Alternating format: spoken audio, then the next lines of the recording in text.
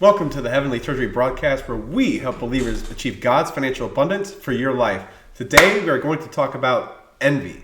How envy will slay your purpose for what God has called you to do here on planet Earth. All right, because again, we want you to be able to achieve God's financial flow for your life, which means abundance. Abundance means more than enough, means any desire that you have is yours, any need that you have is covered, and any need that somebody else has can also be covered should you so choose. That's the purpose of living in God's abundance for your life. But today we're going to talk about envy. Do you know what envy really is? Have you ever thought about that really quick?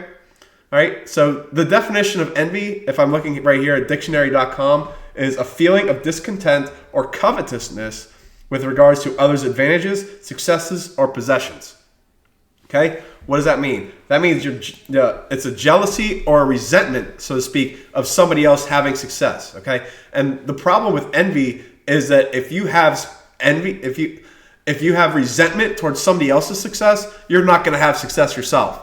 Because the only way you can have something is if you celebrate it that somebody else has it also. Okay, so if somebody has a successful business and yours isn't thriving the way you think it should be, well, guess what? You're not going to succeed unless you celebrate that other person's success. Say, you know what? That's great. That's great for you, and I'm glad you're there. I'm going to be there very, very soon. Instead of saying, well, that's great for you. All right,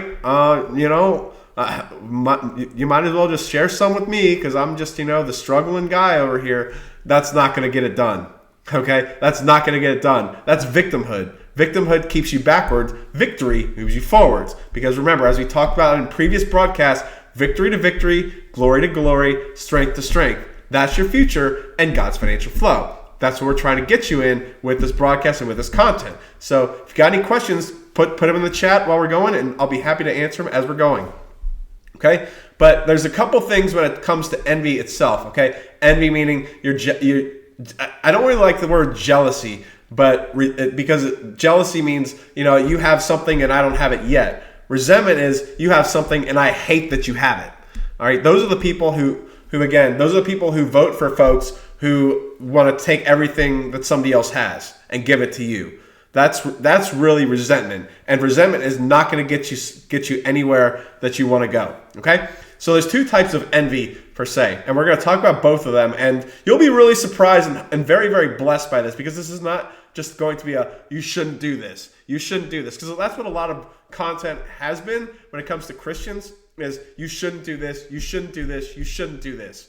All right, we get a lot of that because look, the Bible does talk about you're not supposed to do this. You're not supposed to sleep with somebody else's wife. You're not supposed to go around stealing. You're not supposed to go have greed. You're not supposed to go to the strip club. You're not supposed to do all this. It's all that's clear, and everybody, even non-believers, know and are really, quite frankly, tired of Christians telling them what they shouldn't be able to do. Instead, especially with this broadcast, we're going to give you encouragement, and we're going to tell you what to do to help you achieve your greatest desires for your life. Not just for the next life when you get to heaven and your mansion, but here in this life, so you can have that mansion here on earth before you get yours in heaven. So that's what we're going to talk about here. The first type of envy is you having envy. Okay? Now, that should be fairly clear, but just in case it's not, all right, why do we talk about that, you having envy? All right? It's been crystal clear since the 10 Commandments, and since I mentioned the 10 Commandments, let's go to the very 10th commandment of the 10 Commandments, okay? And that's going to be right here. Okay? That's right here. Exodus 20, verse 17. You do not covet your neighbor's house. You do not covet your neighbor's wife, nor his male servant, nor his female servant, nor his ox, nor his donkey, or whatever belongs to your neighbor. Okay? Now, think about this. Why is this in the 10 Commandments? All right. Now, there's a whole discussion about why it's number 10 and not number 1, 2, 3, 4, or 5. That's a topic for a whole different day. All right. What we're talking about is why this is specifically part of God's 10 Commandments that he gave to Moses and the Israelites. Why is it in here? Okay. And the reason is this. If you do what God tells you to do and you're obedient to him, and you work the way he wants you to in the purpose and plan that he has for you, you're going to get whatever you desire. Okay? Now, there's a couple different things in here. Okay, I'm going to deal with the possessions first because it starts out with this: you do not covet your neighbor's house. Okay, now then it talks about his wife, male, female servant, all that. Okay, and then his ox, donkey, and whatever belongs to his neighbor. That includes his possessions. That includes his kids also. But in terms of possessions themselves, okay, again, what I just described: if you work unto him and his purpose and his plans with faith, continuing to move forward through every single battle that you have to fight to get there, you're going to have the abundance, the financial abundance to achieve and purchase whatever you so desire. That's why you don't covet your neighbor's car or his house or his tractor or anything your neighbor has. Even if it's a rare antique that you can't possibly obtain, at least you don't think you could possibly obtain, guess what? If that's really your desire, God will help you get there. All right? Because he told us that he will give us the desires of our heart if we delight in him. So if your desire is some antique, one of my former neighbors had a replica of Abe Lincoln's rifle. There were maybe a couple hundred of them ever single made. Okay, that's not something you can go on Amazon and buy.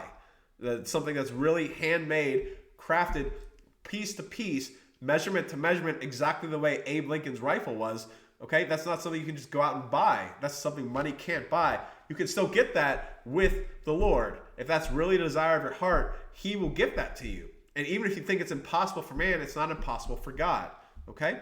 So that includes non-monetary possessions as well. Of course, monetary possessions, like I just said, if you continue to do what he's called you to do, and again, this broadcast is going to help you do that. We're going to help you move forward. We're going to help you get out of being stuck. We're going to help you get out of poverty. We're going to help you get out of living in your car if that's where you are watching this broadcast, okay? We're going to help you get there. You just have to continue moving forward, looking forward, and understand the covenant that you have made with the Lord includes the multiplication of your possessions, okay? That's why you don't covet your neighbor's stuff. That's why you don't covet the guy down the street's possessions, no matter what they are. I don't care if you like the paint on his house. You don't covet it because you can go out and get it yourself and have it painted. Okay? Again, doesn't matter what the physical possession is, the material possession is. If you like the guy's Italian suit made in Italy, guess what? You can have one too. Okay? With the Lord, you're going to get the resources to be able to get that. So don't worry about what your neighbor has and think that, oh, that's great for him. Guess what? It can be great for you too. It can be great for you too. That's the beauty of living with the Lord. Everything that you want can be yours. Everything. Okay? Any possession you so desire can be yours and should be yours, quite frankly. Should be yours. Okay? That's why you don't covet their possessions. Now, the other part in this passage includes the neighbor's wife. Okay? Now, obviously you can't buy a wife, so this isn't really related to money. So just think about this. Excuse me. If you look at your neighbor's wife and think, wow, I'd really like to have that wife instead of my own, what are you really saying? You're really saying that you don't like part of yourself because your wife is now your one flesh. Your current wife is your one flesh. So if you don't like your wife, you're basically saying you don't like yourself because you're one flesh with your wife. You've been cleaved to your wife. You've left your father and mother, as it says in Genesis, to be able to move forward, one flesh, to leave them behind and move forward together. So if you don't like your wife now, you're basically saying you don't like who you are now. And so what you're saying is, instead of improving myself, I'm gonna take what I believe is the easy way out and just go try and get my neighbor's wife and bring her instead and kick my current one out. That's not going to end very well. First of all, just because you see something that appears good, does that really mean it's good? No, it doesn't mean that, okay? Okay? So just think about this. If you see your neighbor's wife and she's driving the nice car, she's got a nice outfit, she looks really pretty and all that, okay, that's surface level stuff. Now, that may seem really nice if your wife hasn't bathed in a couple of days and she doesn't really wear nice clothes or anything like that. That may be you right now. That doesn't mean you just schlep her behind and go with somebody else. It's not going to end very well for you. That I promise you. Because when what God has put together with you and the covenant of marriage and the intimacy that comes along with that, guess what? You can't separate that. Okay, if you do separate, it's a very painful process. If you're watching this and gone through a divorce, I don't care if you hated the broad you left. Guess what? It's still very, very painful. Even if you had no kids, you were married for 6 months and you just hated each other every single day and just made a terrible decision and you just got your marriage completely annulled, took your separate things and went your separate ways. It's still a very painful process because you have to live with the fact that you are now a divorced man or a divorced woman. Okay? That's not really a mark that people want to wake up every day and say, yes, you know what? I'm divorced.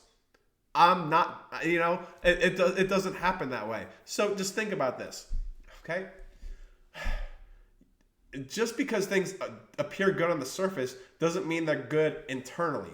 All right? You don't know what that wife is going through at the moment. She may be smiling right now, but the moment she gets through that door, guess what? She's going straight for the bottle of wine because she can't take her life anymore. She just can't handle it. There's too much stress. The husband's never home. The kids hate her.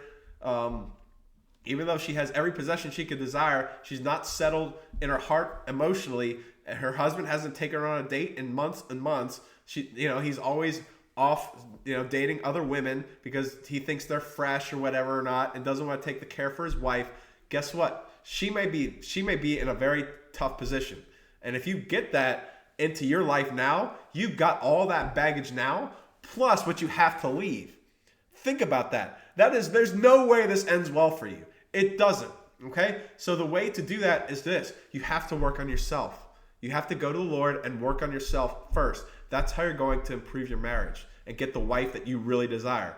You don't go out and take what somebody else has for their wife. You have the wife that you chose with a covenant under God to become cleaved to. You have to work with her from now until you leave for eternity. You have to. And that means you have to consistently look at yourself and say, what has to change in me to improve to improve my marriage? Okay? So that's what you have to think about. All right? That's how your marriage is going to improve. Because again, if your marriage is not going well, half of it is your fault. Half of it is your fault, okay? The other half is your spouse's fault. Now, your spouse has to work on themselves too, but in order for your spouse to do that, they have to see what changes in you. If your spouse sees changes in you and improvements in you, guess what? They're going to continue moving forward and making changes in themselves. Because again, you reap what you sow. The person who sows the improvement into their marriage is going to reap the greatest improvement from their spouse's marriage. Because think about this, that should be the incentive for you to improve yourself in your marriage. It should be, because when you improve yourself, you're going to improve your marriage. And that's going to be a phenomenal blessing for you, okay? Because a good wife, is a great supporter and a great nurturer for you and your children and your future, okay? She wants to support you in everything that you do, but she has to feel supported as well. And that takes more than just money. It takes emotion as well. It takes effort. It takes the word. It takes prayer. It takes really looking at yourself and thinking what has to change in me and consistently improve, because the wife she is today is not the wife she was a year ago, is not the wife she was 2 years ago, okay? Or the husband he was a year or two ago. They change every single day. They really do. That's why you have to consistently get to know your wife, get to know your spouse on a consistent basis. That's going to help you get the wife or husband that you really so desire, okay? That's why you don't covet your neighbor's spouse or their kids. Their kids either. Kids, same story. Again, marriage, whole different topic for another time, okay? But for now, guess what? I hope I've made it clear that the way to a better marriage is not to leave your wife currently and find another wife and find another man's wife. You don't do that. It's not going to end well for you. It may feel good on the surface right at the very beginning, but guess what? Months from now, you'll realize you made a terrible mistake. So don't do it, okay? So that's why we don't covet our neighbor's spouse. Does that make sense? Okay, so that's the first part, and that's you having envy. The second part is you making decisions based on somebody else's envy. Okay? Now let's look at this. Okay, here's our next scripture. Job chapter 5, verse 2. Okay? And we're going to start with this. For wrath kills the fool, and envy slays the simple. I myself have seen the fool taking root, but suddenly his home was cursed. His sons are far from safety. They are crushed in his gate, with no one to deliver. The hungry eats up his harvest, taking up its taking it even from the thorns, and the snare snaps up their wealth. Okay, so that's Job chapter 2, verse 5. Chapter 5, verses 2 to 5. So what's the purpose of this? Okay, why are we even talking about this? Because for the wrath kills the fool, and the envy slays the simple. Okay, so if envy is going to slay, what's the result of that? The hungry eats up the harvest, taking it even from the thorns, and the snare snaps up their wealth. So if you make decisions based on other people's envy, you're basically saying, hey, I'm going to let other people take my wealth and other people take my harvest that the Lord has for me. Especially if you've been planting seed for quite a bit of time, you haven't seen a harvest yet. You don't want that to happen ever. Okay, so again, you have a purpose, and God wants your time and effort to be utilized as such. And if you make your decisions based on other people's envy, based on what other people think about you, it's not going to end very well for you. Why? Because you're going to be making your decisions based on man's opinion instead of what God's purposes for you. Okay. Now, there's a lot that can be said about this, but here's the thing: you have a purpose. And again, you have a purpose, and the Lord wants your time to be specific about this. And the key is this: a lot of you are not in full-time ministry, and that's perfectly okay. You're not supposed to be. But if you're in business, guess what? That business is your purpose, because that business funds the kingdom. That business helps fund soul saving. Okay? So that's what we want you to focus on, is keeping focus on your business. Keeping focus on your business. Now, just because you aren't in full-time ministry doesn't mean you aren't vital to God's desires for mankind. I really want you to hit that in your spirit, because just because you are not in full-time ministry does not mean, when I say full-time ministry, I mean traditional ministry. You're not preaching on Sundays. You're not traveling to church, having meetings for revivals or stuff like that. You're in business. You're in business to make money, and that money funds the kingdom. Funds the kingdom endeavors to send people like that out into the world. Okay, so that's what I'm really focusing on right now. Okay, just because you don't have that traditional ministry in your pocketbook right now, doesn't mean you're not important to God, or your purpose is lesser than that of God. Because remember, again, from Philippians 4, it tells us that anytime you send somebody, a full-time minister, out to preach the gospel to somebody else, and they get saved, you get just as much credit in heaven as the person who did the saving. So your purpose is just as much as important as that minister's. I really want you to focus on that. And again, your pastor probably has not talked about this ever, because your pastor is not in business. Your pastor has never had a business. They don't understand that the resources that come in their tithes and offerings have to be generated somewhere. They have to be. All right? And you're the one doing the generation. So just think about this. You're vital. You're very, very vital to God and His kingdom, and He loves what you're doing. So if that's your plan and purpose, keep moving. And this broadcast is really directed to you. Now, if you're a minister watching this, it's going to help you too. But I really want to focus on the people that I feel like the church has really forgotten about, and that's the business owners. It really has. And again, people who really are funding the kingdom with their careers. That's what I really want to focus on. I want to focus on you, because if you're in the private sector, that should be your focus. Okay? Now, again, when you start becoming successful, it's going to be your first inkling to look back at other people and get their approval, so to speak. That shouldn't be your best bet. Your best bet should be to approval from God. All right, that's the only person you really need approval from. Obviously, your spouse or your kids, different story. They're in your house. They're part of you. You need their approval too. But at the same time, when it comes to putting them aside, God is more important than the opinion of all the other mankind combined. It really is. So that's who you should really be pressing into. That's who you should be seeking. And that's who you should be loving with all your heart. Okay?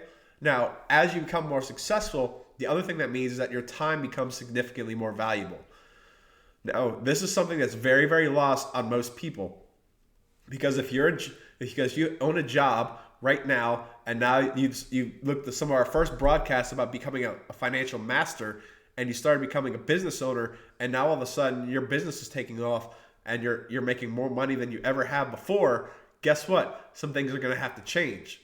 And I mean in a good way. I don't mean a bad way. I mean in a good way. And not just, and changes, I don't mean you're just buying nicer stuff. I mean there are things organizationally in your life that have to be altered to be able for you to continue on that path of increase. Because you increased from your job to your business, and now it seems like you're at a plateau and you can't move forward. All right, what I'm about to explain to you may be the reason why you're not moving forward financially. It's because you have envy of other people because of the decisions you're going to have to make and make very soon, because you're going to have to say, I'm making this decision soon so I can continue to have that Deuteronomy 8, 12, and 13 promise of multiplication of my assets.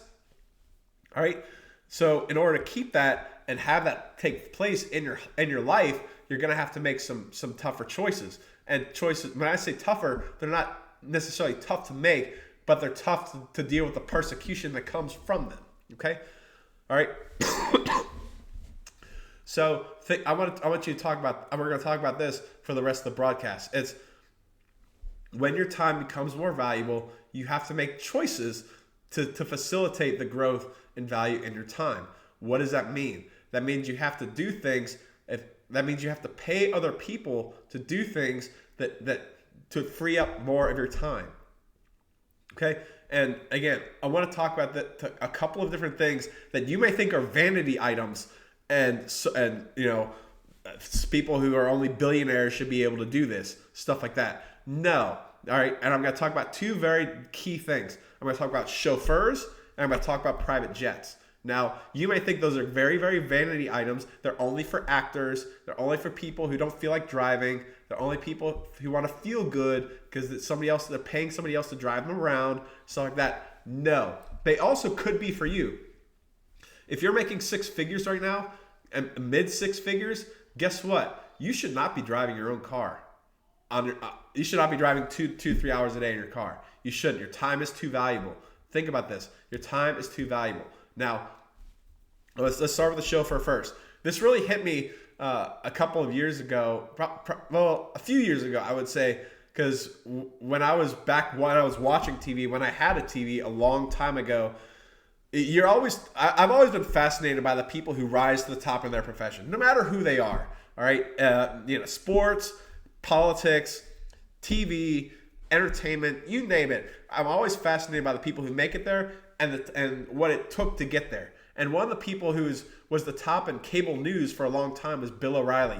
And he was there for, I think, at least 15 years, had the number one show on cable news at 8 o'clock on Fox News. Okay, putting politics aside, you stay number one for that long, you're doing something right.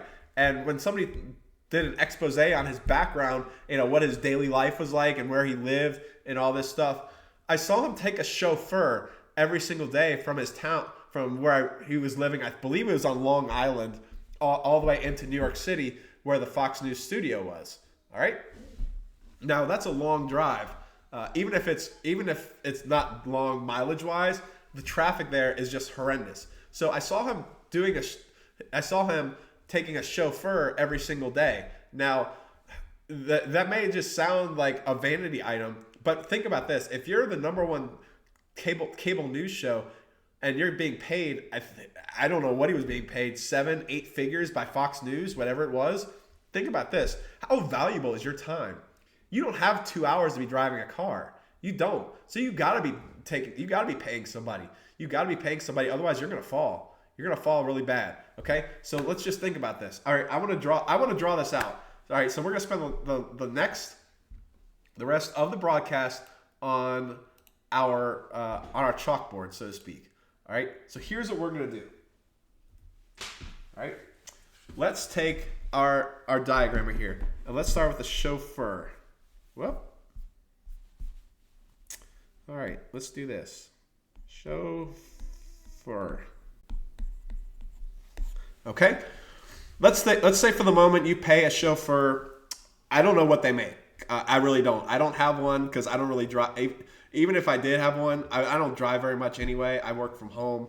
All my clients I serve are from home. It doesn't really matter to me. But again, if you're Bill O'Reilly, somebody like that who's driving all the time, I don't know what they cost back and forth. So let's just say for the moment, take some easy numbers.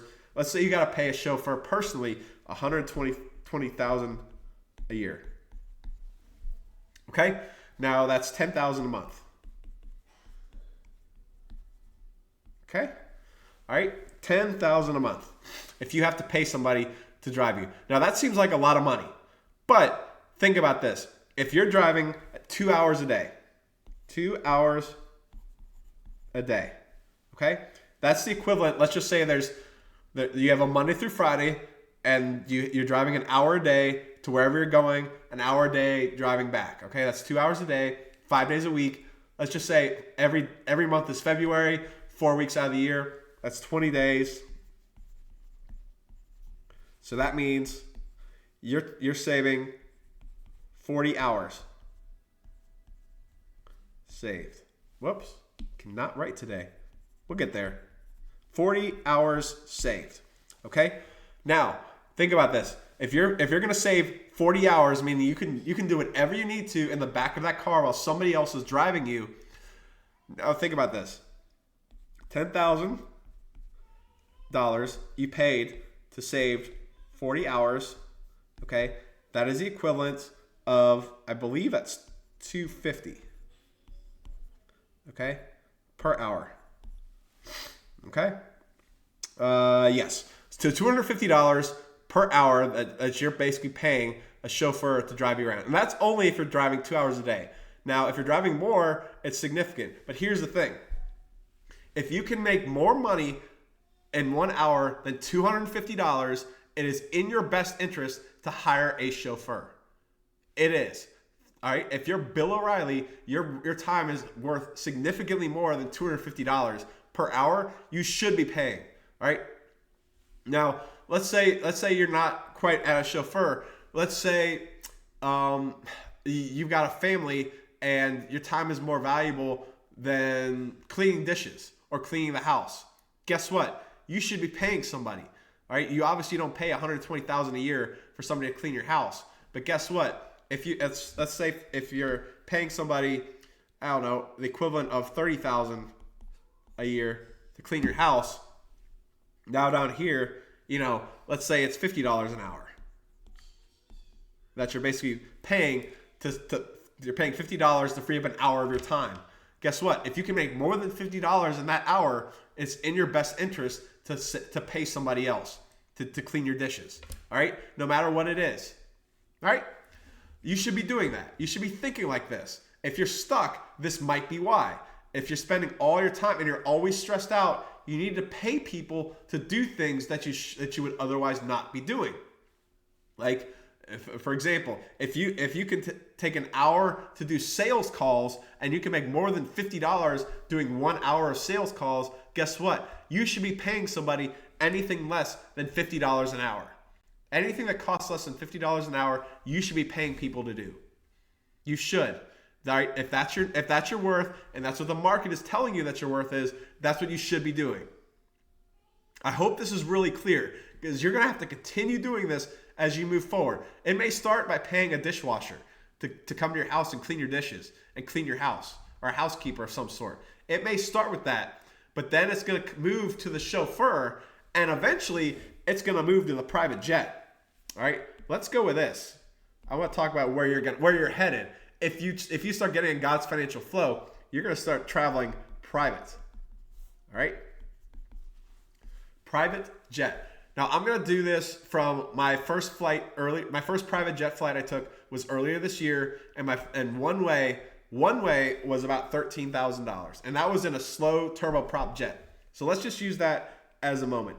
$13,000. Okay? The trip I was going to was about a 2-hour flight, two and a half hour flight on the jet. Now, oddly enough, it would have been faster airtime wise to fly commercial because commercial jets are faster than turboprops.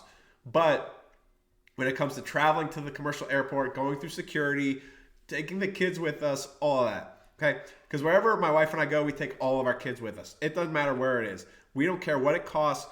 We're going to make it there. That was one of the reasons why we ended up taking the jet, is because we wanted our kids to, it was a short trip. We needed to get there. It's for a business we just started, and we needed to go. Okay? So that's what it was. $13,000 one way. All right.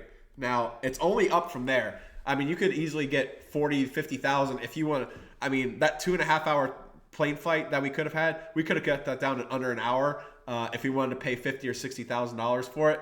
We just said, you know what, this is our first trip, this is our first experience. We're gonna enjoy it, and we're just gonna get the jet. And we're gonna have our kids comfortable, and we're just gonna enjoy ourselves in the air the whole time. And we did. It was a phenomenal trip. Okay, but think about this: that trip, door to door, from the time we left our house to the time we arrived at our destination. When I say destination, I don't mean our destination airport. I mean our destination where we were driving to in our destination town. Okay, so you have our house, my house. So we have private airport.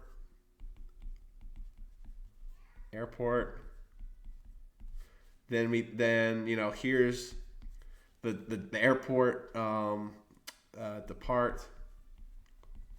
Then we have over here private airport arrive, and then we have where we're going destination. If I can spell here, that's okay. And this whole trip right here was 4 hours. So from the time we left our home to the time we arrived at our destination was 4 hours. If we flew commercial, if we were to say that would, so this is private. If we were to go commercial, that would have been 12 hours.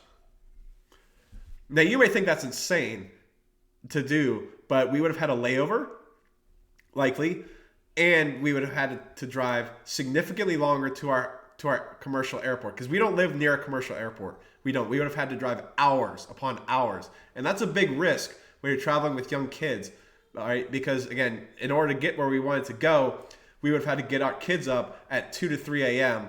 and have them get in the car, drive them for 2 hours, then spend another 2 hours in an airport, fly 2 hours to wherever we were going, 2 to 3 hours wherever we were going. Then get the car we wanted, make sure that they had the car seats that they had, because if they didn't have the car seats, we couldn't take the car, and then to fight traffic to be able to get where we wanted to go. All that would have been, let's just be generous and say it was 10 hours. Okay? So we saved 6 hours by flying private. Again, putting the peace of mind, the enjoyment, not even the vanity, but just the peace of mind, knowing that it was a very stress-free travel environment, that we needed to get where we were going very, very fresh and very, very on time, because it was very important for us to get there with all of our kids and all of our family. Putting all that aside, just the time save alone was 6 hours. So if you're going to take $13,000, all right, and divide by 6 hours, you're looking at about $2,000 an hour.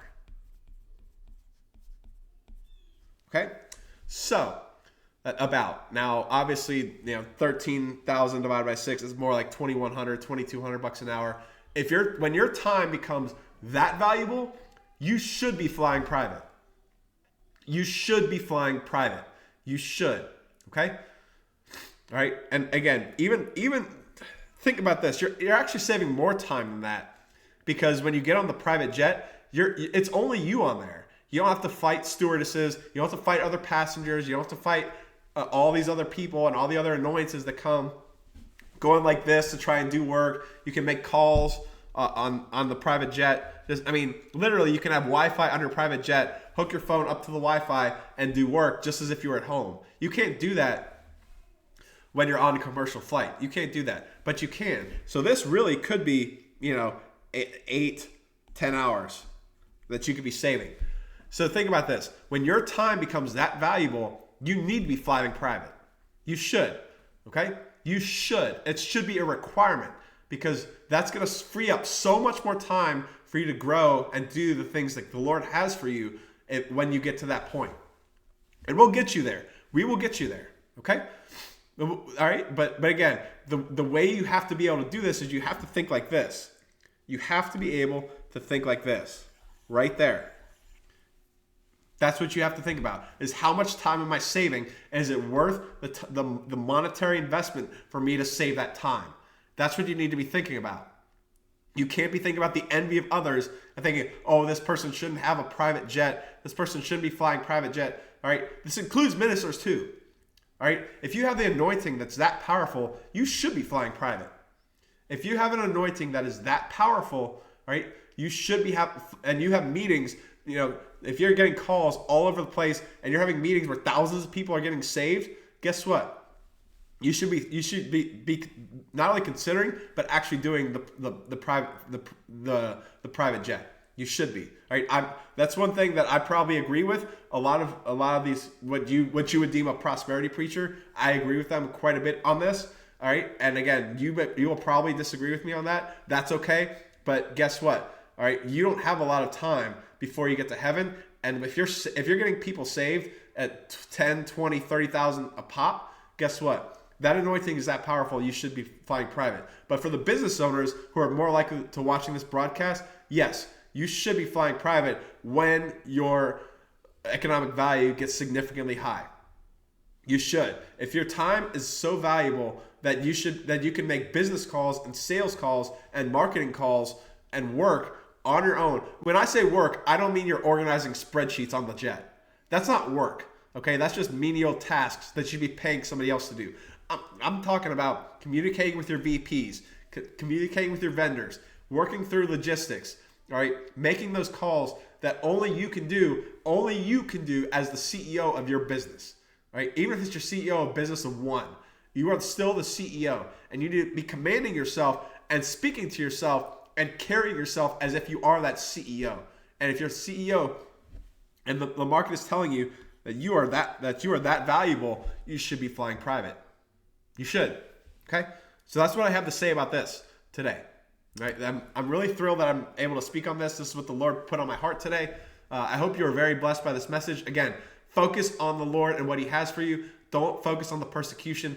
You don't have to desire the other things of other people. If God will have, if you have a desire that somebody else has, God will provide it for you. You don't have to go take somebody else's stuff. And again, as you move forward and increase financially, you can't focus everything you have on what other people think about you. You have to continue moving forward in the Lord and making the decisions that free up more of your time to continue that multiplication that the Lord has for you. Because the one thing you can't multiply is the number of hours in the day.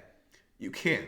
But you can increase the amount of free time you have by paying other people to do things that you normally would do otherwise. That's the focus that I hope you got through with this message today. With that being said, hope you have a very blessed day. We'll talk to you again on Thursday. Take care, everybody.